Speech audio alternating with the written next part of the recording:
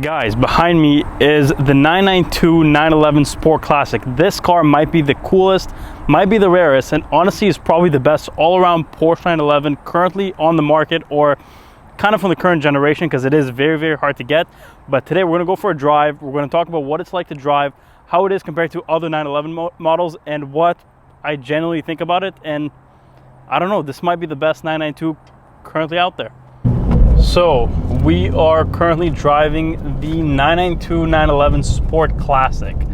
Now, I actually feel like this car might have been somewhat forgotten about, because ever since it came out, you know, there's been the GT3 RS, now the ST. There's a lot more versions that kind of overshadowed it. But I think this is a very important car to kind of come back to, because I don't know if you guys remember, about a year and a half ago, I made a 2-video series on the 992 GT3. I did manual versus automatic. And whereas if you guys know me, you know I'm the biggest manual car advocate, I honestly did not like the 992 GT3 in manual, because the transmission just did not feel right for that car. It felt too soft, too rubbery. You know, they made it more for the track where, like, you know, you could shift faster, but you kind of lost that feeling from the transmission. And because of that, it almost ruined the whole car for me. Plus, you know, the 992 got so much bigger, and it didn't feel so right as a GT car. Maybe the RS is better. I have not driven it yet, but the GT3 didn't feel so good.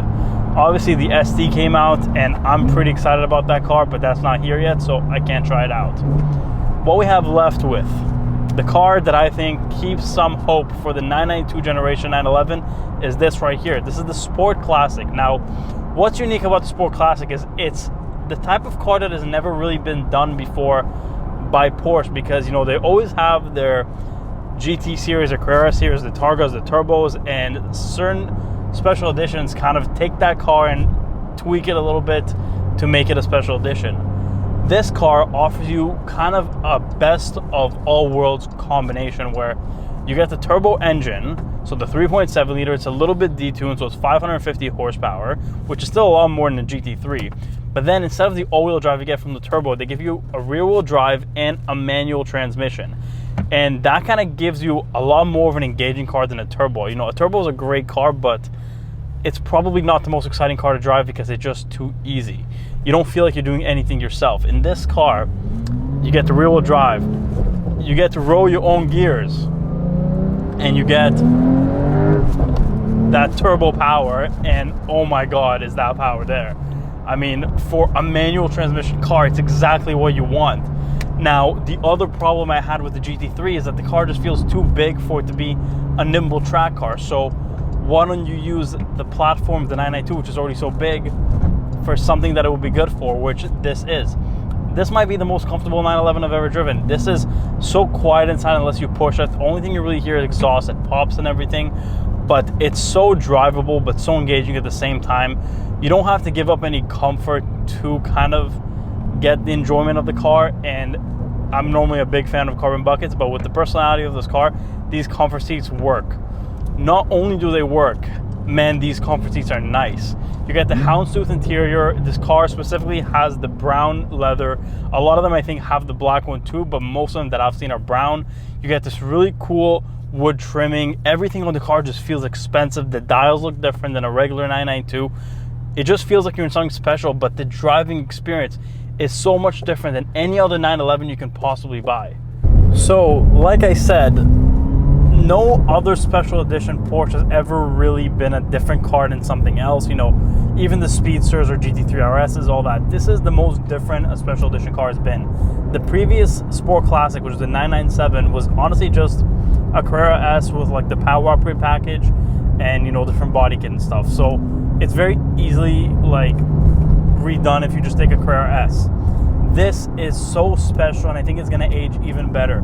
Even though they made a lot more units, there's 1,250 units of this, there's only 250 of the 997s, but just the fact that the performance is different, and it's a totally different car. It's like a new trim that's never been before. You know, they really appreciated their customers who got these, which are very few, but they gave them a totally different car. You know, you're not just getting a different paint scheme or a different bumper or anything like that. I mean, this car is perfect. In a world where everybody's focusing on track times and shaving time off this and time off that, in the real world, in real roads like we're driving right now, that doesn't really matter. Who cares about little 0.1 of a second here and there? You want to be able to talk to the car. You want to be able to feel the car. You want a heavier clutch like this car has rather than the 992 GT3, because that clutch honestly feels like a Golf R clutch, but this just feels so engaging. Even the shifter has got a bit of like a notchy feel to it. I don't want to say it's as good as like a 991.2 GT3 or as a GT4, but it's not that far off. And you just downshift and you go and you get that turbo power, which you don't really have in any other car. The last time we had a fast manual turbo 911 is the 997 GT2s, and man, were those monsters. Those cars are going for huge money now because the kind of driving experience that they offer. And this is probably as close to that type of driving experience that you can get in a modern car. And I just think that it's weird that people have seemed to forget about this car a little bit. These cars were bought mostly by collectors, and sadly a lot of them, they're not going to drive these cars. And it's a real shame because this was definitely built to be a driver's car, and you can tell as soon as you drive it. So one of the things, in my opinion, that makes this car so special, especially compared to not only other 911s, but also other supercars in general, is the value for money that you get. Now, for a car that starts at $270,000 US, and you know, resale values, if you look on DuPont registry or anything, is like $500,000 US.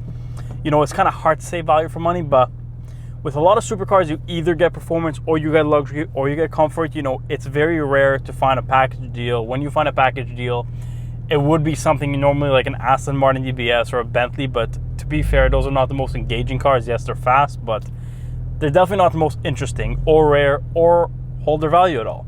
Now, a car like this is going to hold its value because of how engaging it is while it still does the other things. If you look at the interior of this car, this might be the nicest interior on any 911 that I've ever seen, and it's not even close. I mean, the wood trim, the way the leather looks, the houndstooth interior, it has back seats, everything just feels so high quality. It doesn't feel like they carried an interior from another car. It feels like everything was made for the Sport Classic. So you get this comfortable interior and you get this very engaging driving experience like we talked about, and you get practicality, you get a back seat, somewhat, it's a 911, but you know, still, you get a frunk. It's just so good. And then you have kind of the whole package from the inside, you have the package of the performance, and then talk about the looks. This car has the wide body from the Turbo. It has these gorgeous painted wheels, and this car in this green with the matching painted wheels looks incredible with all the racing decals and the stripes and the gold accents for the Sport Classic badge and like the Heritage badge. Just the package deal, you just get absolutely everything. No, it's not a GT3 RS, it's not a super flashy track car with a big spoiler and all that, but I've been driving this car only for a few hours, and so many people have been complimenting me at a light, more than I'd get complimented in a GT3 RS, more than I'd get complimented in a Ferrari, because it's a classy look. I mean, it's such a beautiful, timeless car that doesn't have too much extra to it, but you just get so much car. You get everything in every aspect of a car in just one package. And I'm sorry, for even 500,000 US, you know, that's roughly, let's say, Ferrari A12 prices, maybe a little bit more, but Ferrari A12 is fast and you get the luxurious interior, but the interiors I don't think is as good as this. You don't get a manual transmission. It's just, you know, we're holding on to the last bit of raw driving and we're still keeping everything else. And I think that's so important. That's what makes this car so special, and that's why this car is so valuable, because even GT3 RS are not going to hold value like this. They're just not. But this is such a complete package that you still get so much for your money, even if you pay over sticker, in my opinion. Now, as much as I'd love to say forget the 992 GT3, just go for one of these, there is an obvious problem. Even with an MSRP of around $270,000 US, this car was nearly impossible to get brand new from factory. You had to be a real VIP to get an allocation. So a GT3 will be a lot easier to get and honestly cheaper with an MSRP. And especially with GT3s now creeping back down towards MSRP, they make a lot more financial sense. And a car like this with 270 MSRP is now reselling for $500,000 US dollars. So even a car like this with paint to sample might be a little bit more. But man, if you have the money, or if you got the allocation, I wouldn't touch a GT3. But of course, that is not the situation for everybody. If I were to go buy one of these, there's no way I could get one of these. I wish I could, because this is gonna go down as an all-time great car. It's so much fun.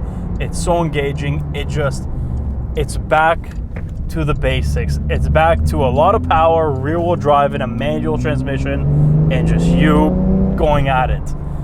But unfortunately, we don't live in that type of world, so 992 GT3s are gonna keep selling. People are gonna keep getting transmissions that are just not as engaging, even though they're probably better on the track.